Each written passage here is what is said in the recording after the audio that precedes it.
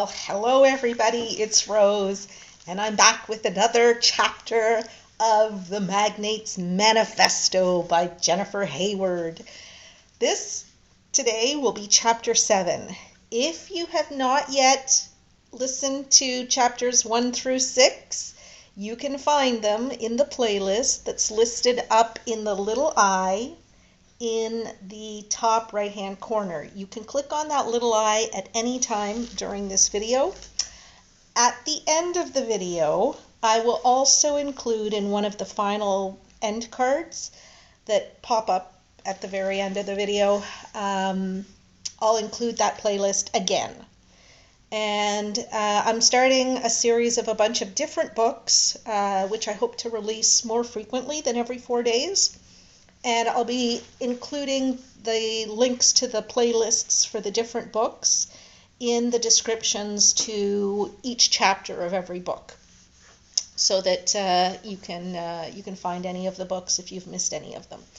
I'm going to try to use books of different genres, because I know not everybody loves romance, and not everybody loves science fiction, and not everybody likes mystery and suspense and all that stuff. So I'm just going to try and find a whole variety of different things, and hopefully there will be something that you like. And if you don't like it, maybe you know somebody who might enjoy it. And so I encourage you, especially during this period of the COVID-19 lockdowns and self-quarantines and shelter in place and all of that stuff, share it with people who, maybe are at loose ends and don't know what the heck to do with all the time that they have, that they would otherwise be working or taking care of neighborhood kids or whatever. So let's get through this together. And I don't know what else. Oh yeah, and I know that I said that I was going to be releasing chapters every 4 days. I'm going to try to release chapters more often. So as from now on, as soon as I've finished producing a chapter, I'll upload it right away. And that way there will be hopefully many days where I have multiple videos being posted on a single day. I don't expect anybody to watch all of my videos each day. But maybe you do want to watch them, and that's great too. Put them in a watch later list. Do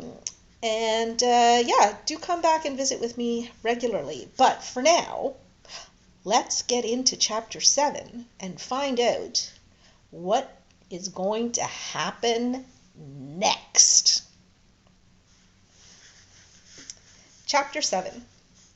The look on Bailey's face sent a cold rush through Jared, like the mistral gone awry right up the center of him.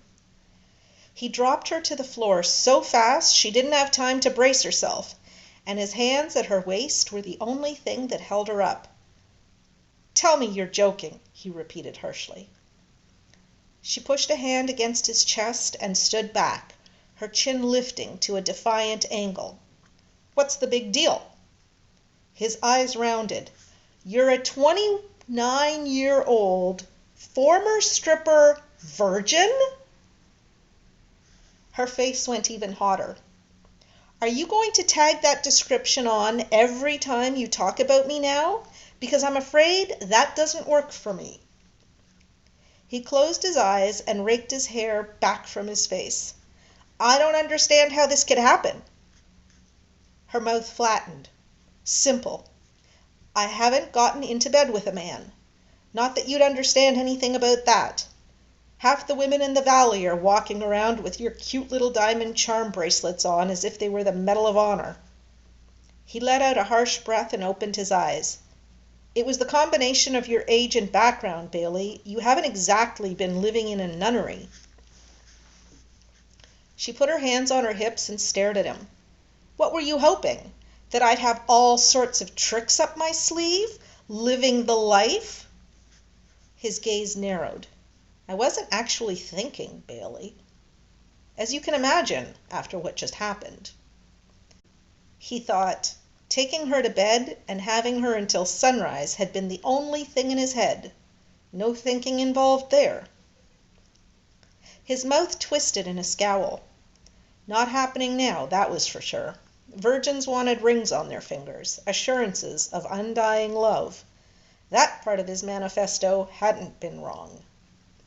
Why? His frustrated, sexually aroused body wanted to know. Why would you be 29 and a virgin? She wrapped her arms around herself. I don't know, Jared. I'd have to be a psychologist to say. His scowl grew as she tossed his words back at him. I didn't date in Vegas. The men who asked me out were only after one thing, given my profession. They didn't exactly want to court me. Then, when I came to the valley, I was just too busy working. And your father, he pointed out. He couldn't have given you a very good picture of men to work with. She thought, no, he'd broken her heart, her mother's heart, all their hearts, again and again, to match his own broken one. 20 years of wanting to be the hero you once were. She brushed her hair back out of her face. I'm sure that had something to do with it. He frowned. I don't buy that you were too busy to date in the valley. I've seen the men pursue you. Because I'm a challenge, she pointed out. You think I don't know what they say about me? The wagers they make? The minute I go to bed with one of them, it's going to be all over the airwaves faster than your manifesto. She wrinkled her nose. I'd rather not bother. So what was that? He jerked his head toward the sofa. You were all in there, Bailey. Stupid me, she rolled her eyes.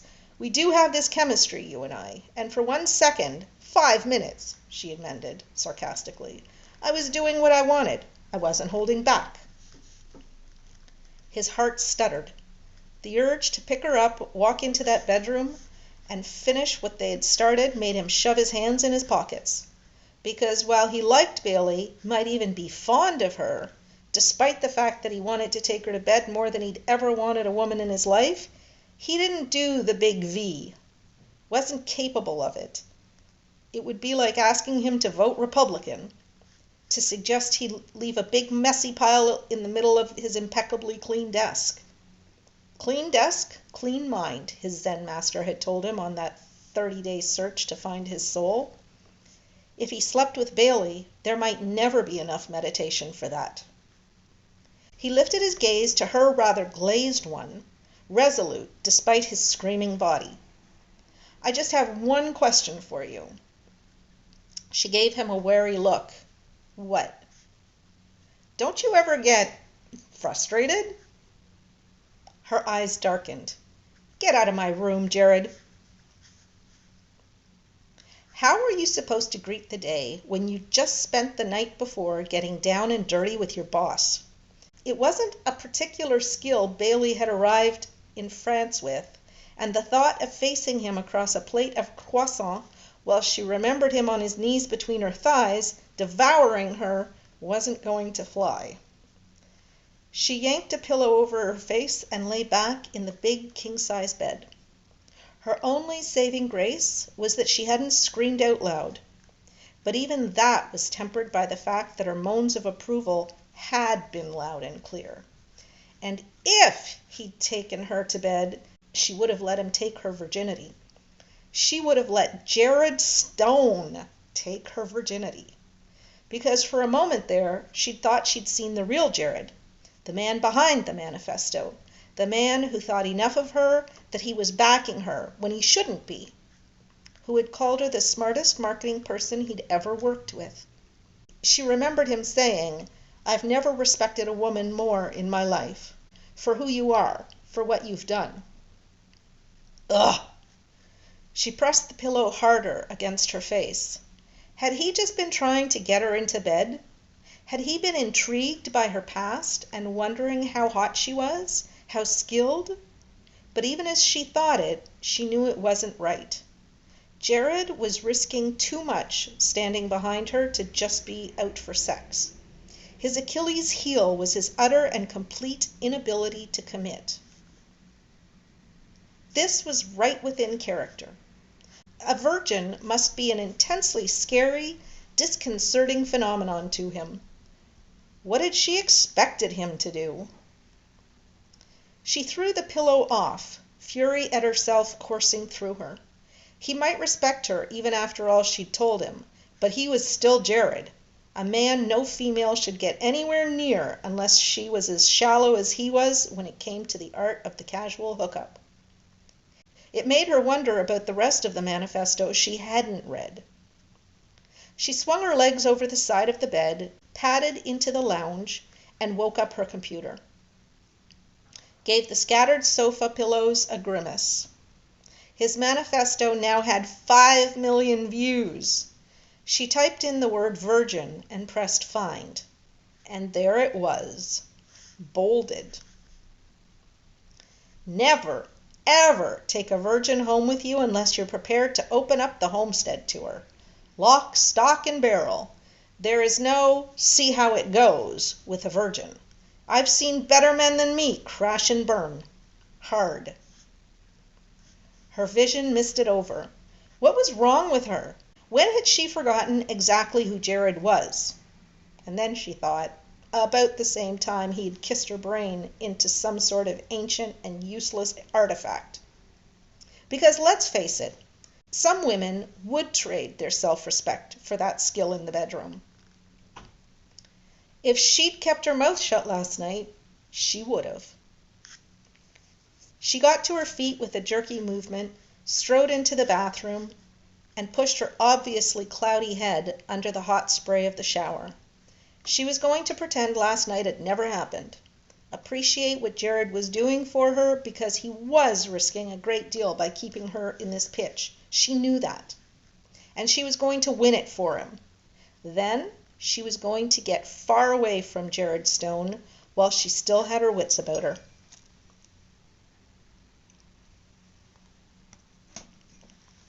Jared was eating breakfast on the terrace when she arrived downstairs.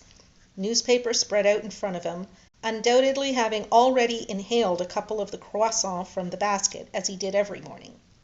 He had the highest metabolism of anyone she'd ever encountered, which she had to admit was likely stoked by all the muscle on display for her this morning. Athletic shorts and a gray t-shirt left little of it to the imagination. Not helping. Heat rushed to her face as he glanced up at her, and the night before slammed into her brain like an unavoidable fact. But this was cool and controlled Bailey in charge now. She could do this. She sat down opposite him at the little table. His gaze traveled over her face. Good morning. She tried to ignore how sexy and rusty his voice sounded before he'd put it to use for the day, and muttered a greeting back. Refused to imagine how super hot it would be if she was still in his bed at this time of the morning, which of course she was not, because he'd walked out on her as though she was a communicable disease. Not that she was bitter about it or anything. She reached for the croissants, still warm from the oven, her fingers closing over one with chocolate oozing out of it. Georgina outdid herself this morning. He gave the croissant a hard look. I've been trying to figure out how they get the chocolate in the center. You roll them this way. She spread her napkin on the table and demonstrated. He lifted a brow. You're handy in the kitchen, too. That's a big turn-on. She thought, apparently not when combined with her virgin status. She picked up a knife and sliced through the croissant with a vicious movement. But then I would want to commandeer all your baking supplies at the homestead. How horrific. A smile edged his lips. I knew you were going to look that up. And actually, Bailey, I love nothing more than when a woman cooks for me, as long as she shuts the door after her when she leaves. She closed her eyes against the oh-so-tempting vision of him with the chocolate pastry smeared all over his face. I don't know if I can do this. What? Live with me for another week? His tone was overtly amused. Feel free to speak openly. She shook her head and thought, no thanks. She was not letting him draw her in again. He was a professional instigator. head and shoulders more skilled than her in that department. She picked up the coffee pot, poured herself a cup of the steaming brew, and set the tall silver canister back on the table so it effectively blocked him from view. He reached out and slid it aside, laughter dancing in his eyes. "You think you can block me out with a coffee pot?" "Not really." She gave him an even look as she stirred milk into her coffee. "But what's the alternative? We talk about last night?" He shrugged. "At least you had some sort of relief. Me? It took a 5-mile run this morning to work it out." Her already hot face incinerated. "I am so not talking to you about this. In fact, I suggest we never reference it again." A wide smile curved his lips. "Fine. I'm just saying you aren't the only cranky one this morning." Her eyes widened. "I'm not cranky." "Angry, more like it. Reading the rest of your manifesto was a good wake-up call. Stupid me for thinking my virginity wouldn't make a difference to a Lothario like you." His smile faded. "First, I think that's an exaggeration. And second, there's only one reason I walked away from you last night, Bailey. I don't make promises I can't keep. I don't like taking women for a ride like some guys do. And if that makes me a jerk, then so be it." "Who was asking you for a promise?" She shook her head in amazement. "You're so caught up in yourself, in what you think you know about people. You haven't got a clue, do you?" He leaned forward and rested his elbows on the table, his gaze spearing hers. "Tell me you don't want the full deal. A man who loves you, a diamond ring, everything that goes with it." She sank her teeth into her bottom lip, knowing he was sucking her in again, but too stung to care. "You want the truth, Jared? I don't know what love is. I've never had it, so how would I? My parents kicked me out when I was 17. Dancing pretty much ruined my trust in men." She lifted her shoulders. "I've been fighting my own battles for so long, I'd settle for a man who respects me, a man who tells me the truth." She angled her chin at him. "One who wants me for who I am." His lips tightened. "This is about my rules, Bailey, not you. If you hadn't been the last virgin on the face of the planet last night, we'd be acting out my deepest, darkest fantasies about you. And believe me, I have many." Her breath caught in her throat, heat searing through her in a potent combination of lust and humiliation. "You are such a jerk, you know that?" She pulled in a breath and stared at the hard, uncompromising lines of his face. "You know what I think? I think your rules are a cop-out. Your parents' marriage was a disaster, so you think all relationships are like that. You avoid ties to anyone so you don't have to face the reality of being in one yourself." She lifted a brow. "I think you're scared." His face took on a gray tinge. "Look who's talking." "You're right." She abandoned her croissant and pushed away from the table. "But at least I admit it." "Where are you going?" he barked. "We aren't finished here." "I need a walk. All of this denial is making me lose my appetite." Jared had been trying to avoid the truth the entire 2 hours he'd been up and Bailey had been in bed. Kissing her, touching her like that last night, had almost been an inevitability. He got that. Bailey's being a virgin had not. How did anyone reach the age of 29 and be a virgin? Honestly. He watched her walk down the path toward the beach, back ramrod straight, her shoulders up around her ears. For once I wasn't holding back. For once I was doing what I wanted, he thought. He scowled and tossed his napkin on the table. How was he supposed to interpret that? What was he supposed to do with that? He needed to stay away from Bailey. She was like a flashing neon danger sign for him. A weakness he couldn't afford to indulge at a time when winning this deal was all that mattered. So why was he now striding down the path after her like a raging bull intent on having his way? She looked warily at him as he fell into step beside her. "Go away, Jared." "When you said dancing destroyed your trust in men, what did you mean?" She gave him a long look. You wouldn't ask that if you'd spent any amount of time in a strip club. He shrugged. It's not my thing. I don't imagine. Not when the women are beating down your door for a night with the lion. Bailey, why are you asking this? I want to know. She looked as though she was going to tell him to mind his own business. He wasn't sure what was going on in those cool blue eyes. Embarrassment? The need to protect herself? But then she lifted her shoulders. There are 4 types of men who come into a strip club. The jokers. The guys who come in with a bachelor party or to party with their friends. They drink too much, leave you nice tips, and go on their way. Then there's the regulars. Some of them become friends. They pay you to dance for them, sit with them, listen to the things their wives won't because their marriage is so far gone. They don't listen to them at all anymore. His mouth twisted. You realize you're proving my point. She ignored him. Those are the good regulars, who can become bad regulars if they fall for you.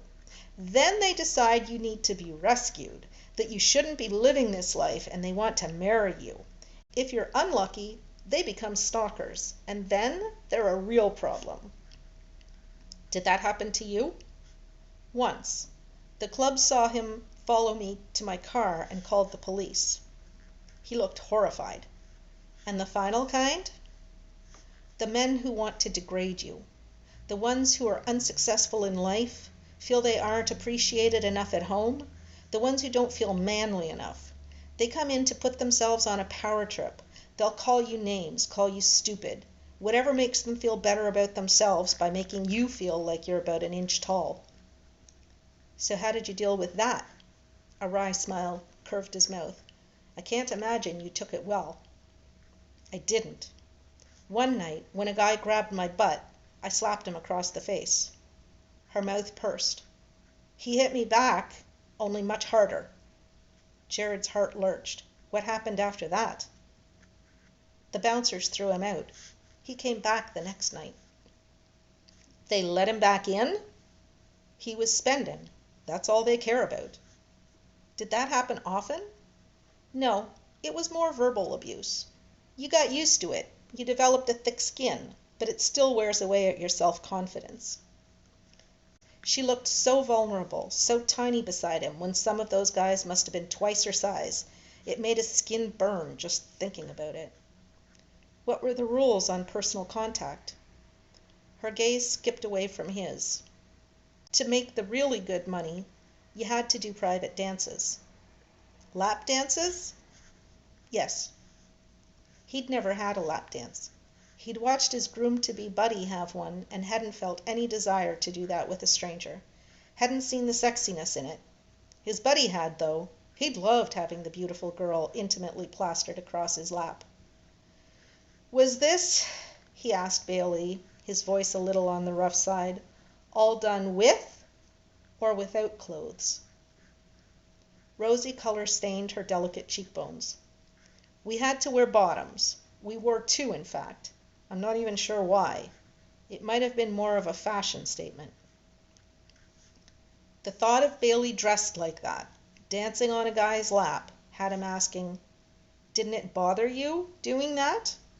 Of course it bothered me, she snapped.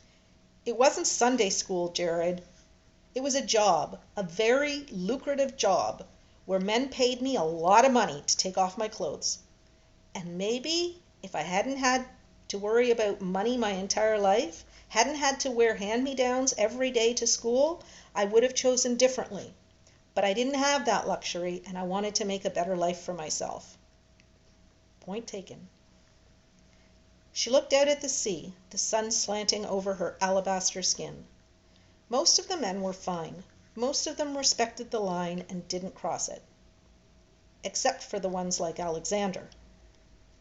She looked back at him, the remnants of a memory in her eyes. Do you know what he said to me that night in my dressing room? He was pretty sure he didn't, but he nodded anyway. He said he would respect my hard limits. Jared's hands clenched into fists by his sides. You stay away from him in Paris, he said harshly. I don't want you interacting with him. She nodded. I will. He didn't want Gagnon anywhere near her. He was also sure he never wanted a man to raise a hand to her ever again, put a hand on her, ever. He raked a hand through his hair and blinked against the sunshine breaking through the clouds as they stepped down onto the beach. Absorbed the uneasy feeling in his gut as he worried he was seriously losing his edge. Protecting Bailey against Alexander Gagnon was a given. The rest of it, the urge to keep her for himself, that was something he could never, ever do. He wasn't even sure where such a crazy thought had come from. And that, my friends, is the end of chapter 7. I'm going to be back with you again for chapter 8 as soon as I possibly can be. So I hope you enjoyed this. If you did, let me know somehow. Give it a like, leave me a comment, whatever. And do come back and check out chapter 8 with me. Bye-bye for now.